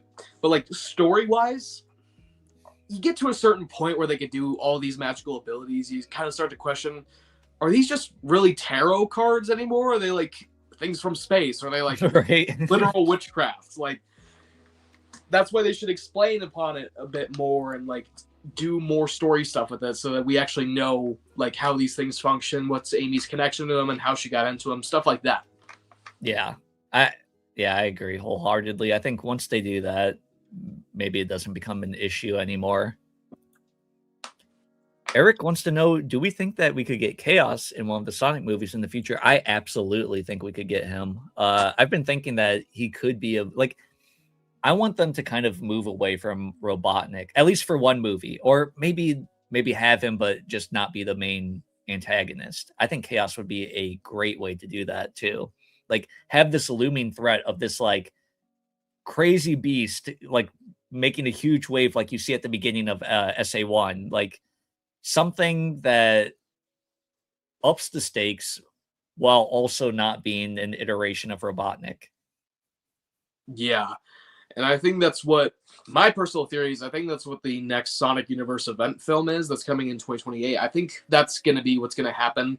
If not Metal Sonic, Black Doom, or Mephiles or anything like that, I think it is going to be Chaos, because there is a story or two that they have skipped over already, going from Sonic 1 to Sonic Adventure and maybe Sonic 2 and 3.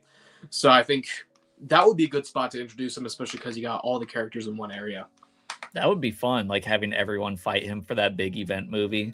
I'm thinking that it's going to be like a Shadow movie, but now that you say it, some crazy event like fighting Chaos would be really cool. Yeah. Hyper Lion says the Frontiers movement was definitely odd. Yeah, I remember specifically Knuckles felt terrible to me in Frontiers. Yeah. He's gotten better though with update 1.4 that came out like a month or so after the big update that included the 8 hours of new content. They'd made him feel a little bit better, and now I can't even say a little bit better. He controls a lot better because they fixed issues like the wait times in between him like doing his old whoa and then he going out gliding, Yeah. and then his climbing feels a bit better. Like his turning radius is actually fine now for his normal speed. He definitely feels a lot better now. That's really good to hear. I mean, Sonic Frontiers, it's like one of my top 3 Sonic games. It's the one I go back to the least, though. It's weird. Yeah. I just never feel like going back to it, but I love it so much. So I haven't really messed with it since I think the 3rd like big update. So I didn't really play the patches afterwards. But that's something I'm making a video on my second channel right now where I'm comparing Sonic 06 to Resident Evil 6. And one of the things that I think Frontiers really missed out on is a theater mode. I love going back and watching cutscenes or even just getting them for my videos. And a lot of the older Sonic games, like Generations has it, even the new Shadow Generations has it, and Sonic 06 has it, a theater mode. It's so nice to just like go back and watch the cutscenes, at least for like people like me that like the lore, I guess. But Frontiers doesn't have one, and I think it's just such a nice feature to have, like, be able to just see the cutscenes and watch them. Actually, I think I do know why they did that. Frontiers' cutscenes Are in engine. They're not pre-rendered. Literally yeah, play out in engine. And So I don't like that though. that's true. The time of day could be different. The environment could be different at a time, just depending on what you do in the game, when you do it. So, I mean, I guess I can see why they did it, but like you said, the real-time cutscenes would have been not real-time. The pre-rendered cutscenes would have been so much better for that game, especially if they upped their animation quality. We got Epic Mike in the chat. What is up, man? But yes, I'm hoping going forward that they do pre-rendered cutscenes. I just one, it looks better in my opinion, and two, like just being able to go back to them.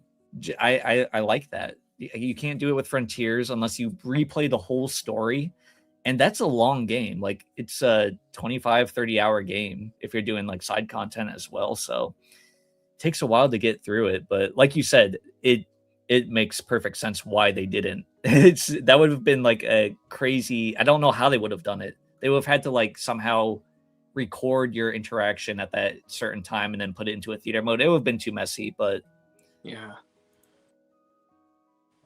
why does Eggman not ever interact with Amy other than ho ho ho, I will beat you?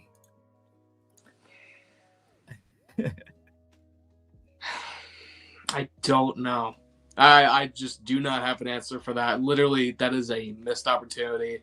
Like, I guess she did interact with him like that in the Frontiers DLC, but that was like optional side stuff, not main content. So I guess if you really want that, it's there, but like you have to go digging for it. I don't think that's something that they should rely on for like side characters having their little fan service interactions. I think that should be mainline stuff. I'm surprised Ian Flynn has not tapped into that whatsoever, especially because Amy and Eggman make up like 2/6 of the characters in that game. So who knows? Yeah.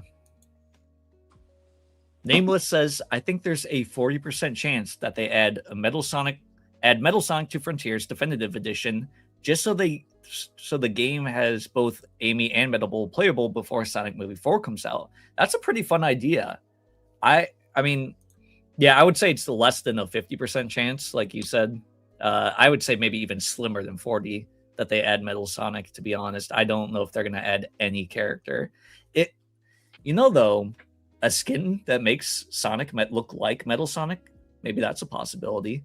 That was one of the cool things about Frontiers is they played around with, like, you could put different gloves and shoes onto Sonic. And I guess Colors Ultimate did that as well, maybe to a lesser degree with how weird that game was. But that would be kind of cool if they gave us skin options, maybe, and we could make Sonic look like Metal. So that was, they overcorrected so much from Sonic Forces that they literally have just not put in one of the coolest elements of that game, which was the customization, which I don't think that's exactly why. I think it just takes up too much time, especially for games that are 20 hours long and these big development cycles. I think that's just something they don't want to focus on, especially when it's the smaller budgets, smaller teams like with Sonic Frontiers.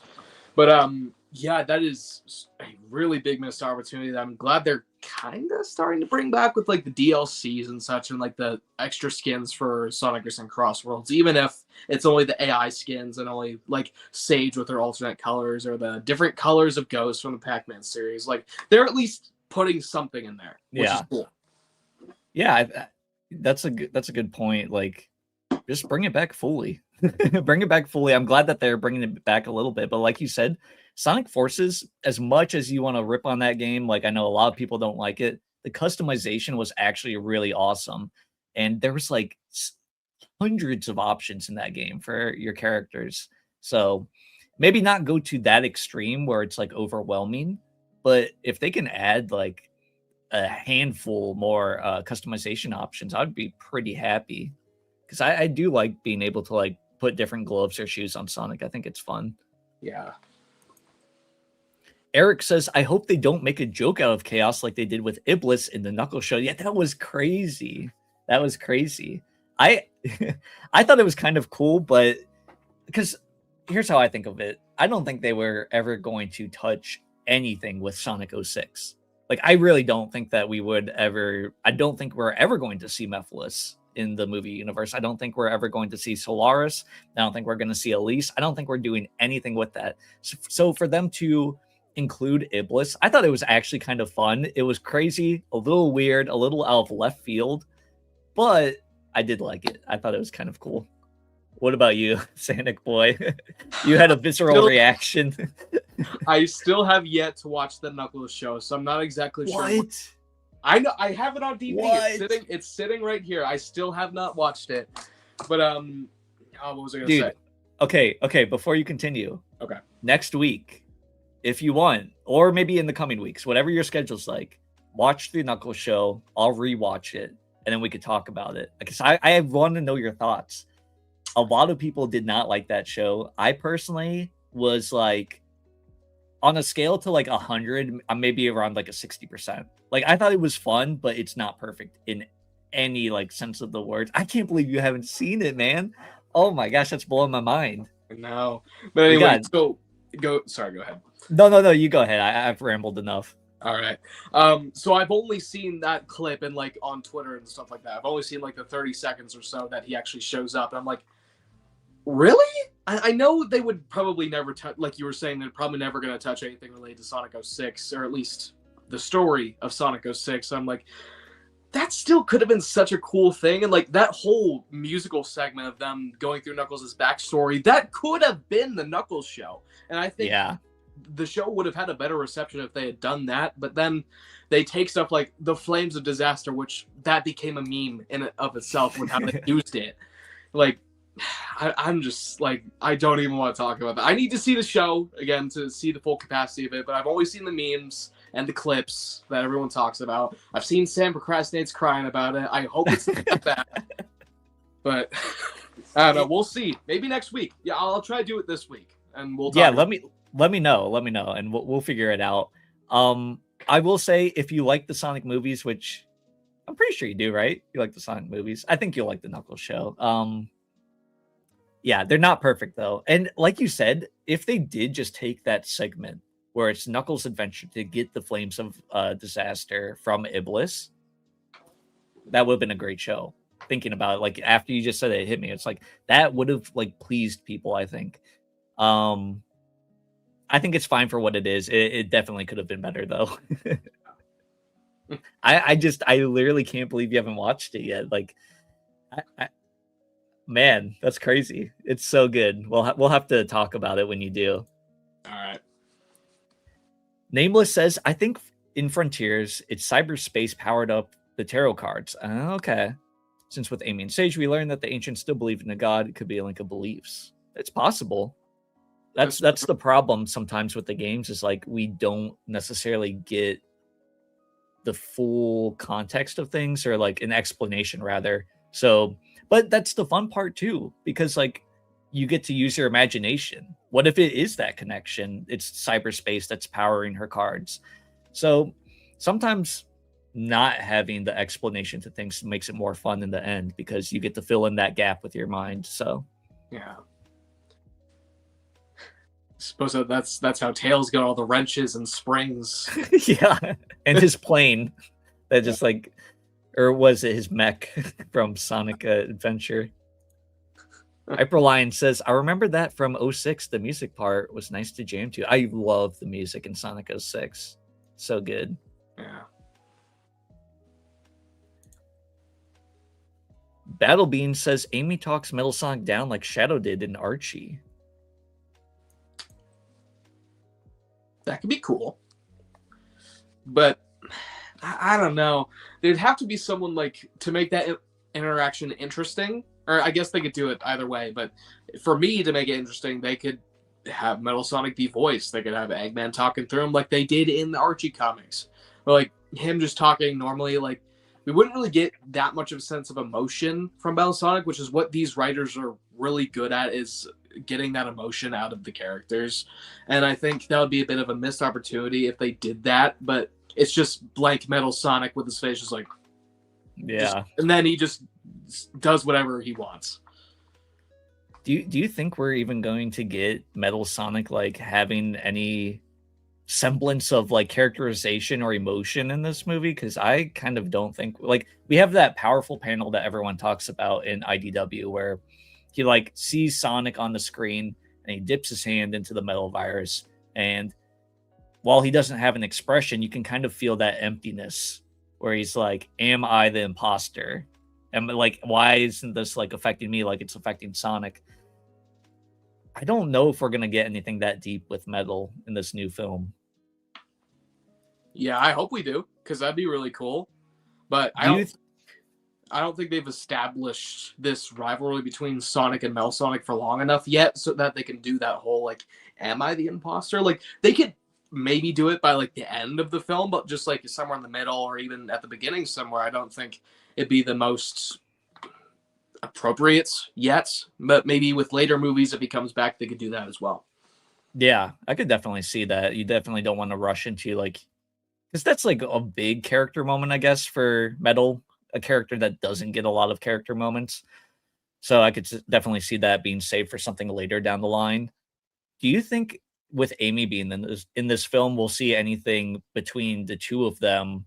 Maybe like Metal Sonic gets beat up and Amy takes care of him? Because in the Sonic, what was it, Mania shorts, there's the Christmas one, which I really like, where Metal's like beaten up after the last episode of that, and he's all broken down, and Amy kind of like drags him all the way back to Eggman's base and like delivers him to Eggman. Do you think we'll see Amy show her softer side towards Metal Sonic, even though like Metal Sonic might even capture her like in Sonic CD and like maybe be cruel to her, but Amy will kind of overpower that cruelty with her kindness? Do you think there's a possibility we see something like that? Because I think that would actually be kind of a really cool moment.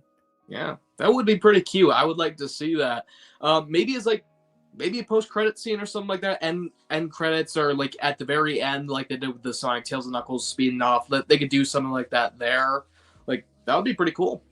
Yeah, yeah. I just want to like, Metal has so many cool moments where he has like fun interactions with like Bell and Amy when he's at his lowest, like broken after battle, yet these characters are still willing to show him kindness despite all the terrible things Metal does. So I think that would be kind of a cool moment. But I also think it would be cool if Metal still kind of like rejects like that kindness and shows that like he can't be changed. He's still like has that cold steel exterior to him that no one can really penetrate.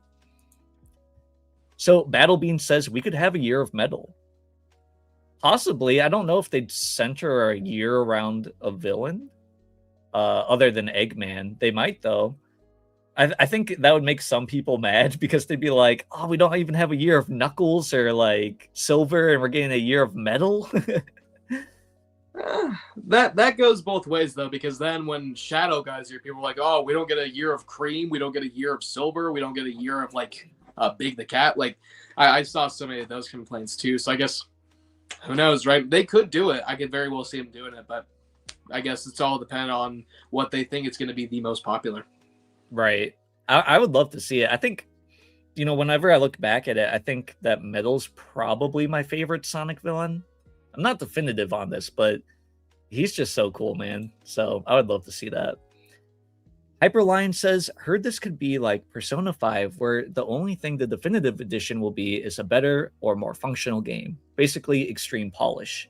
Yeah, that's kind of what I'm assuming it's going to be. We kind of speculated on that last stream, where it's like, they have the potential to add stuff, but what's the likelihood of this? Because it's probably also a small team that was working on this definitive edition and polishing things up while the main team's focusing on the next title, So I wouldn't expect too much from this definitive edition. Maybe just get fans excited for the upcoming games and movies.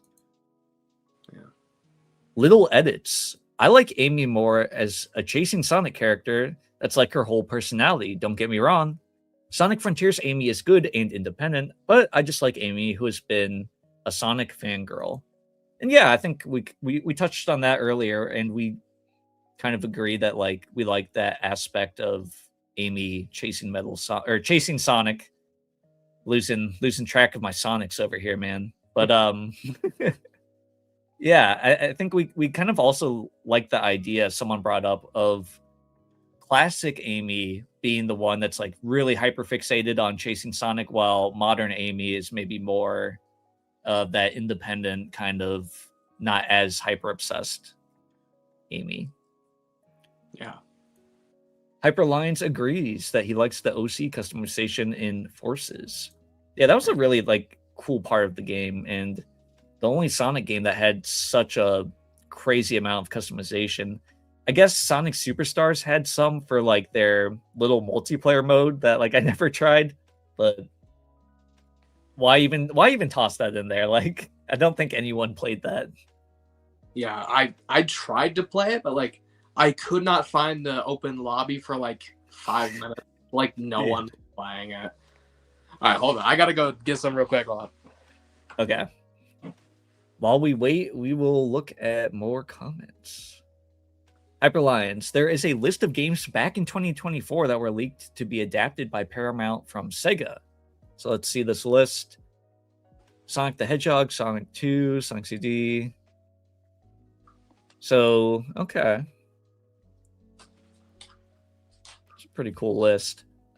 I mean, I don't know how legit that leak is, but if it's true, that would be cool.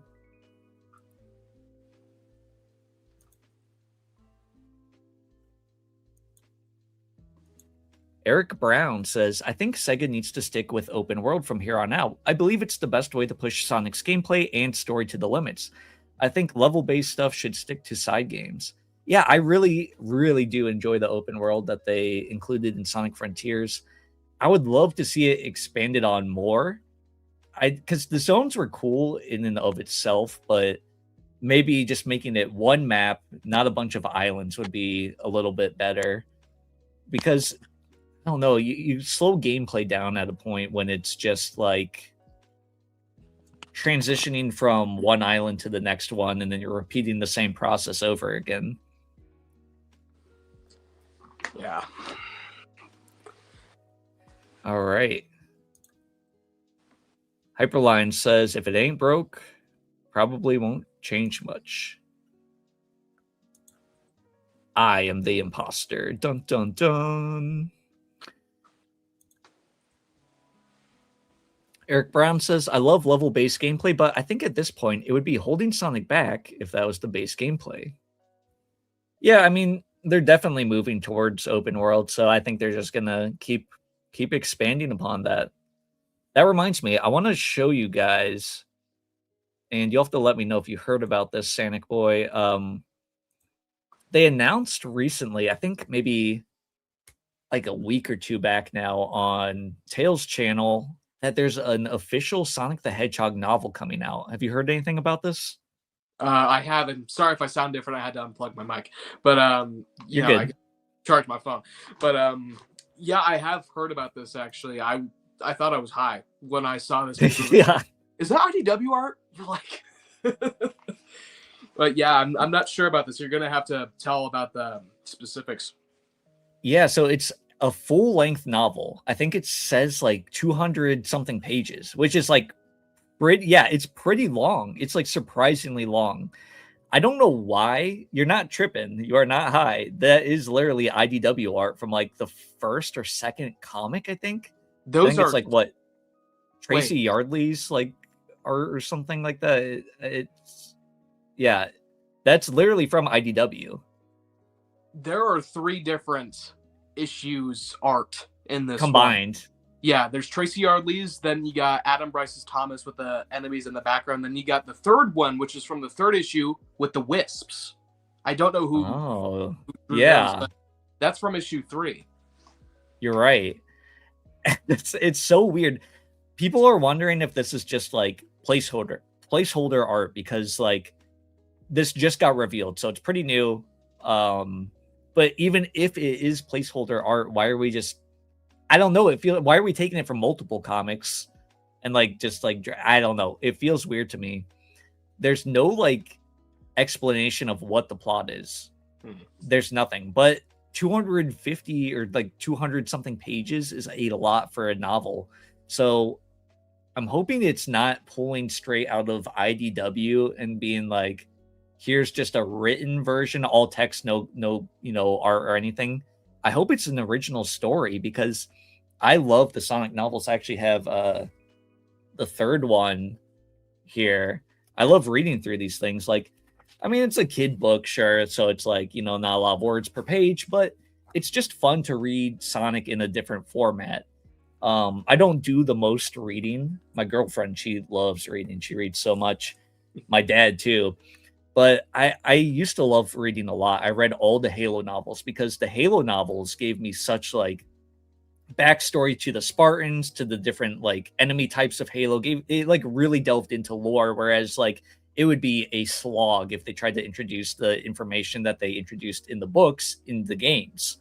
So doing something like that for Sonic is such a cool idea. If they could like expand upon like deeper themes or deeper lore, man, how cool would that be, right?